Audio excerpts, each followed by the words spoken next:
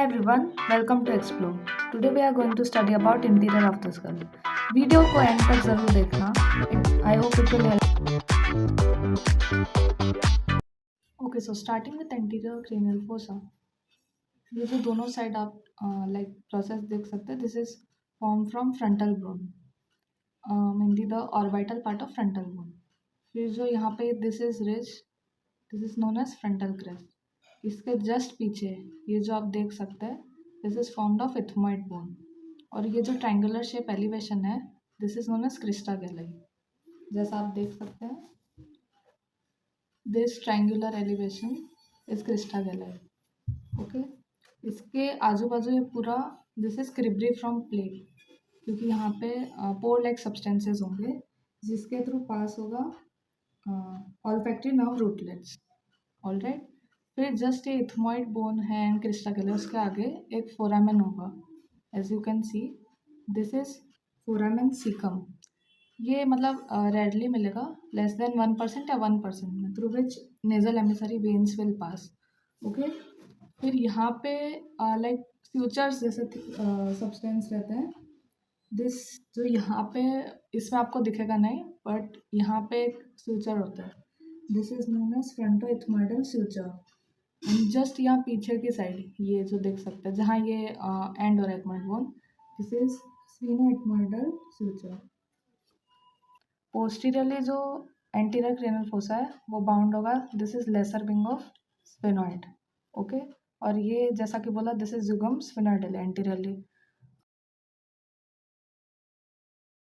Okay, so talking about middle cranial fossa, anteriorly it is bounded by, this is lesser wing of sphenoid on both the sides. Posteriorly it is bounded by petrous part of the temporal bone. And median part में it is formed by sphenoid bone. ठीक है, फिर median part में देखा जाए तो structures present most anteriorly, this is chiasmatic sulcus, जो आप देख सकते हो lesser wing of sphenoid and anterior clinoid process के जस्ट यहाँ बीच में, दिस इज chiasmatic sulcus. इसके जस्ट पोस्टीरियरली एक सैडल शेप स्ट्रक्चर दिख रहा है, this is known as sella turcica. फिर सेला टर्सिका में जो स्ट्रक्चर्स होंगे from anterior to posterior side, this is hypophyseal fossa. बीच में होगा which will lodge pituitary gland. इसके जस्ट आगे is known as tuberculum sellae. And हाइपोफाइसियल fossa के just posteriorly this is known as dorsum sellae. Alright, फिर यहाँ पे middle cranial fossa है, उसमें इंपॉर्टेंट लाइक फोरामेन्स प्रेजेंट होंगे. तो जस्ट ये एंटीरियर क्लिनॉइड प्रोसेस है यहाँ, एंड इसके जस्ट यहाँ पे ऑन आइदर साइड्स ये फोरामेन है. This is optic canal through which optic nerve and ophthalmic arteries will pass. फिर यही सीक्वेंस में देखा जाए, here on both sides this is foramen rotundum through which maxillary nerve will pass. इसके just पीछे एक ओवल शेप फोरामेन होगा, this is known as foramen ovale. The structures passing through this are mandibular nerve, accessory meningeal artery, lassa petrosal vein, nerve and emissary vein.